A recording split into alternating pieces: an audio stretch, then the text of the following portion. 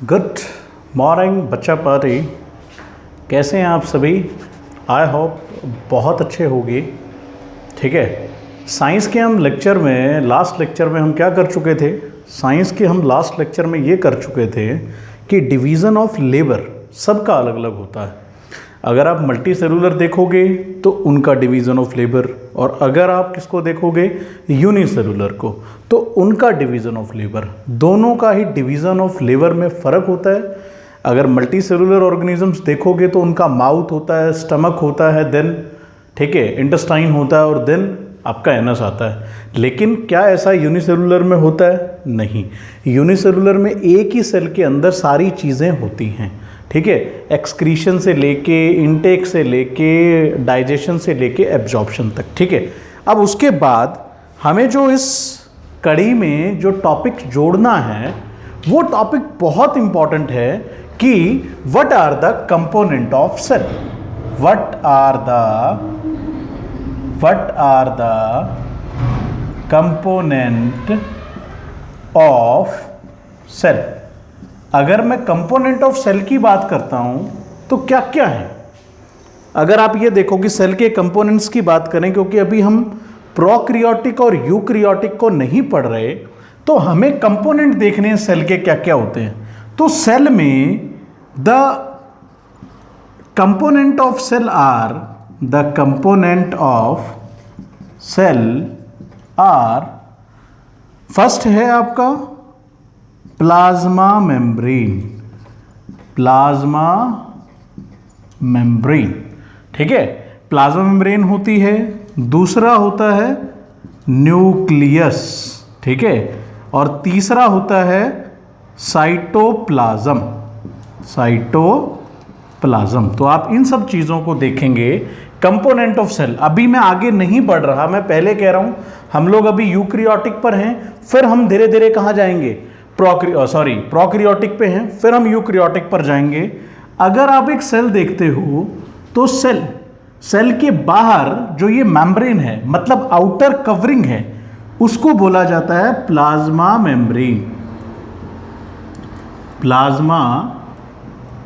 Membrane.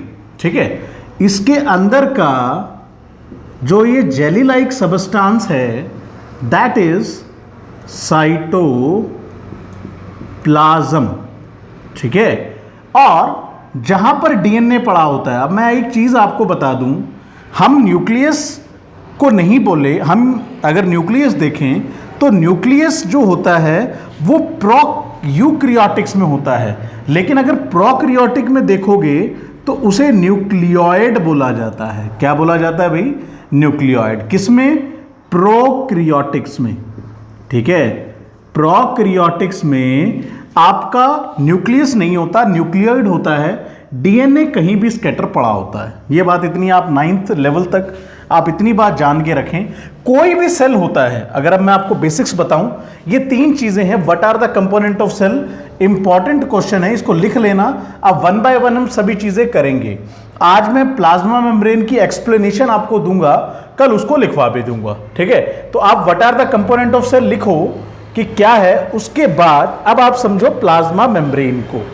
ठीक है, अगर मैं देखूं कि प्लाज्मा मेम्ब्रेन क्या है, प्लाज्मा मेम्ब्रेन। ठीक, अगर प्लाज्मा मेम्ब्रेन आप देखते हो, सिंपल सी आपको एग्जांपल देता हूं। मान लो आप एक एग ले लो। ठीक है, इस एग को बॉयल करो, और बॉयल करने के बाद आप इसका जब ऊपर वाला CaCO3 निकालोगे, अलग करोगे, तो उसके बाद कई बार क्या होता है, अंडे के ऊपर पतली सी झिल्ली आपको नजर आती है। ठीक है, और वो झिल्ली ही क्या होती है? Plasma membrane. मतलब हमारा कोई भी सेल है बच्चा, वो सभी के सभी सेल जो हैं वो एक मेम्ब्रेन से कवर्ड हैं, और उस मेम्ब्रेन को बोला जाता है प्लाज्मा मेम्ब्रेन। क्यों? देखो ये सेल है, सेल के अंदर का कंटेंट।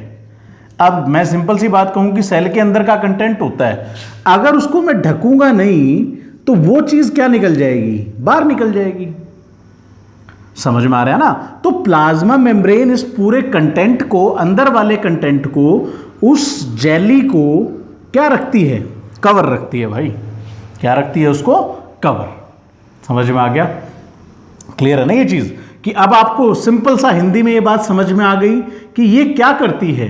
प्लाज्मा मेम्ब्रेन जो है वो क्या करती है, जो आपका अंदर जेली लाइक सब्सटेंस है, ताकि वो एग्जिट ना कर जाए, बाहर ना आ जाए, और इसके लिए प्लाज्मा मेम्ब्रेन होती है।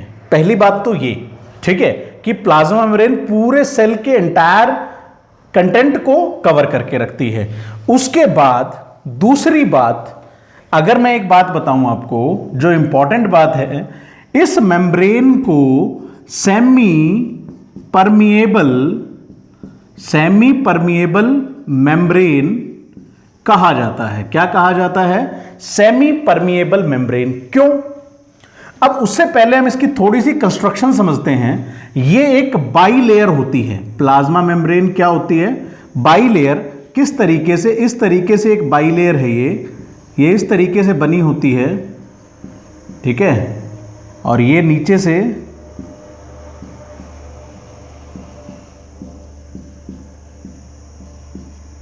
ठीक है, और इनके बीच में कुछ चैनल्स होते हैं। इनके बीच में क्या होते हैं? Channels, special protein. ये क्या है? आपके चैनल्स हैं। ज़्यादा बड़े लेवल की बात है भैया, थोड़ा ढंग से कर लेना इसको। प्रोटीन्स या चैनल्स आप बोल दो, ठीक है। अब देखो मैंने क्या बनाया, इसके दो मतलब बाई लेयर है, एक ऊपर की लेयर, एक नीचे की लेयर। दैट्स वाई इसको बोला जाता है बाई लेयर। अब इसके जब आप बाई लेयर के ऊपर वाला कंपोनेंट देखते हो तो उसमें ये जो एंड है इसको बोला जाता है हाइड्रोफिलिक एंड, और नीचे वाले एंड को बोला जाता है हाइड्रोफोबिक एंड। अब आपको पता है कि आपका जो पूरा शरीर है उसमें 70 से 75% करीब पानी है। तो पानी है तो भैया इस प्लाज्मा मेम्ब्रेन के भी दो कंपोनेंट्स होते हैं। मतलब मान लो ऐसे ये कवरिंग हो गई तो इसके ऊपर लेयर है, तो इसकी उस लेयर का जो ऊपर मोस्ट पार्ट है उसको क्या बोला जाता है? उसको बोला जाता है हाइड्रोफिलिक। मतलब जो वाटर से लविंग, मतलब हाइड्रोफिलिक एंड जो होता है वो पानी से प्यार करता है। तो इसीलिए ये जो ऊपर वाला एंड है ये हाइड्रोफिलिक है, और जो नीचे वाला है उसको हाइड्रोफोबिया, मतलब कहते हैं कि उसको फोबिया है, तो अंदर तेल है। अगर मैं सिंपल बात कहूं कि हाइड्रोफोबिक का मतलब ये बाहर पानी के लविंग वाला कंपोनेंट हो गया और अंदर तेल हो गया। मतलब कभी भी अगर पानी इस सेल के अंदर लेके जाना है, ध्यान से सुन लो, अगर पानी लेके जाना है तो क्या डायरेक्ट पानी इसमें जा सकता है? नहीं। स्पेशल तरह की प्रोटीन्स इन गेट से पानी क्या होगा? अंदर जाएगा। जो स्पेशल टाइप ऑफ गेट्स बने हुए हैं इसमें से क्या होगा? क्या जाएगा आपका? वाटर जाएगा। ऐसे ही आयंस भी डायरेक्ट नहीं जा सकते। ये बहुत इंपॉर्टेंट चीज है। ये किसी किसी चीज को परमिट करती है और किसी किसी चीज को परमिट नहीं करती। आयंस को डायरेक्ट अंदर नहीं जाने देती। ऑक्सीजन कार्बन डाइऑक्साइड का डायरेक्ट एक्सचेंज हो जाता है कि कार्बन डाइऑक्साइड अंदर ज्यादा है, सेल के अंदर ज्यादा है, तो मान लो मैंने ये बना दिया, ठीक है, थोड़ा सा मैं दोबारा बनाता हूं इस चीज को। देखो इस चीज को आप किस तरीके से, आज ही इसको फाइनल करना है। मान लो ये आपकी एक बाई लेयर में बना रहा हूं, ठीक है, ये आपकी एक बाई लेयर हो गई और ये हो गई बाई लेयर, ठीक है। अब बाई लेयर के मान के चलो कि इसके अंदर ये सेल का कंटेंट पड़ा है। यहां भी क्या होगी? प्लाज्मा मेम्ब्रेन होगी। यहां भी पूरी कवरिंग किसकी होगी? प्लाज्मा मेम्ब्रेन की। यहां भी किसकी कवरिंग होगी? प्लाज्मा मेम्ब्रेन की। नीचे भी क्या है? Plasma membrane. मतलब ये पूरा सेल मान के चलो ढका हुआ पड़ा है। अब देखो इस सेल के अंदर आप कहोगे कि ये नीचे वाली टेल का क्या मतलब है? भैया ये भी तो वाटर है, जेली भी वाटर है, तो उससे ही जो लविंग वाला मॉलिक्यूल है वो साथ रहेगा, ऐसे ही ऊपर से। अब इस सेल के अंदर क्या करना है आपको? पानी लेके जाना है। क्या लेके जाना है भाई? पानी लेके जाना है। तो पानी डायरेक्ट इसके अंदर एंट्री नहीं कर सकता, ठीक है। उस पानी को एंटर कराने के लिए यहां पे प्रोसेस होता है, that process is called osmosis. याद रखना भैया, सेल के अंदर अगर पानी को एंटर करवाना है तो उस पानी को आप डायरेक्ट एंटर नहीं करवा सकते। उसके लिए जो प्रोसेस होता है दैट इज ऑस्मोसिस। ऑस्मोसिस के थ्रू क्या होता है? पानी अंदर जाता है, ठीक है। क्या करता है? पानी अंदर जाता है। ये बात आप याद रखें, ऑस्मोसिस में ही क्या होता है?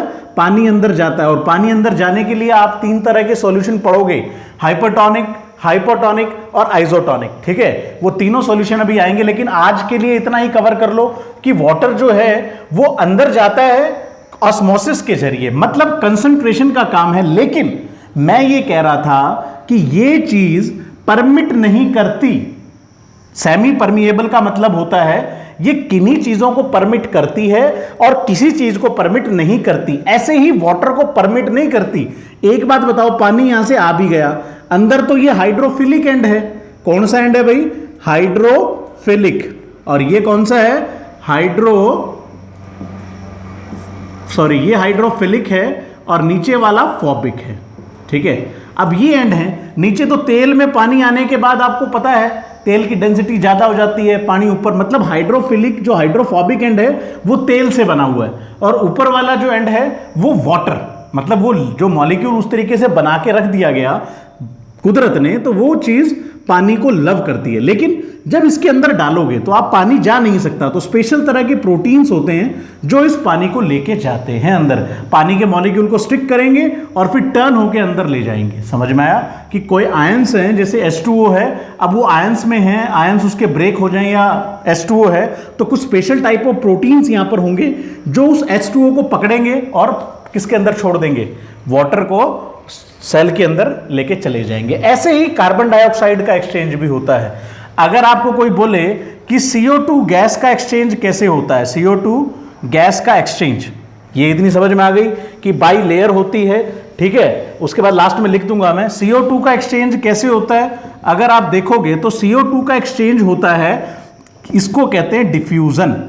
क्या कहते हैं भाई? डिफ्यूजन। कैसे? अगर इस सेल के अंदर कार्बन डाइऑक्साइड की कंसंट्रेशन क्या हो रही है? ज्यादा हो रही है, तो वो उसको बाहर निकाल देगा। मिलियंस ऑफ सेल हैं भाई ऐसे, उसको क्या करेगा? बाहर निकाल देगा। अगर इसकी कंसंट्रेशन कम हो गई, किसकी? देखो CO2 की कंसंट्रेशन कम हो गई, ज्यादा हो गई, तो वो बाहर निकाल देगा। और यहां कंसंट्रेशन कम किसकी हो रही है? O2 की। उसी दौरान दूसरे चैनल से O2 क्या हो जाएगी? अंदर आ जाएगी। चैनल्स हैं, there are so many channels, proteins बोलते हैं उनको, और उन चैनल से चीजें क्या होती है? अंदर जाती हैं। एक जगह से CO2 बाहर निकल रही है, दूसरी जगह से क्या अंदर आ गई? ऑक्सीजन। इस प्रोसेस को बोलते हैं exchange of gases, that is called diffusion. क्या होता है? डिफ्यूजन होता है the gases moves from lower concentration to higher concentration to lower concentration. इसको पता चला बाहर अभी ब्लड आ रहा है और मुझे कार्बन डाइऑक्साइड छोड़नी है, तो वो अपनी कार्बन डाइऑक्साइड बाहर फेंक देगा। लेकिन अगर आप डिफ्यूजन में देखोगे तो ऑक्सीजन भी साथ में अंदर आती है, तो उस प्रोसेस को बोला जाता है डिफ्यूजन। तो ये आपके लिए प्लाज्मा मेम्ब्रेन है। प्लाज्मा मेम्ब्रेन अगर मैं बोलूं कि किस तरीके से काम करती है, 9th लेवल पे इतना ही बहुत है। मैं जब 11th की वीडियोस बनाऊंगा तो आई होप उस चीज को आप देख सकते हो। ठीक है, तो प्लाज्मा मेम्ब्रेन जो है उसके ऊपर इंपॉर्टेंट बातें क्या निकल के आती हैं? सबसे पहली एक ये प्रोटेक्टिव लेयर है। कौन सी लेयर है भाई? Protective layer. ठीक है, दूसरा अगर देखोगे सेमी परमिएबल है। कौन सी है भाई? ये सेमी परमिएबल। अगर आप तीसरा देखोगे, सेमी परमिएबल हो गई, प्रोटेक्टिव लेयर हो गई। दो एंड होते हैं इसके, कौन कौन से? हाइड्रोफिलिक और एक होता है हाइड्रोफोबिक। उसके बाद हाइड्रोफिलिक हाइड्रोफोबिक हुआ और उसके बाद सेमी परमिएबिलिटी भी हो गई कि कुछ चीज को अंदर जाने देता है, कुछ को नहीं जाने देता। आयंस डायरेक्ट अंदर एंटर नहीं कर सकते, फिर एंट्री के लिए आपको पास लेना पड़ेगा, तब चीजें अंदर जाएंगी। छोड़ दो उस चीज को तो कोई नहीं कि सेमी परमिएबल है या नहीं है। Yes, it is a semi permeable hydrophobic.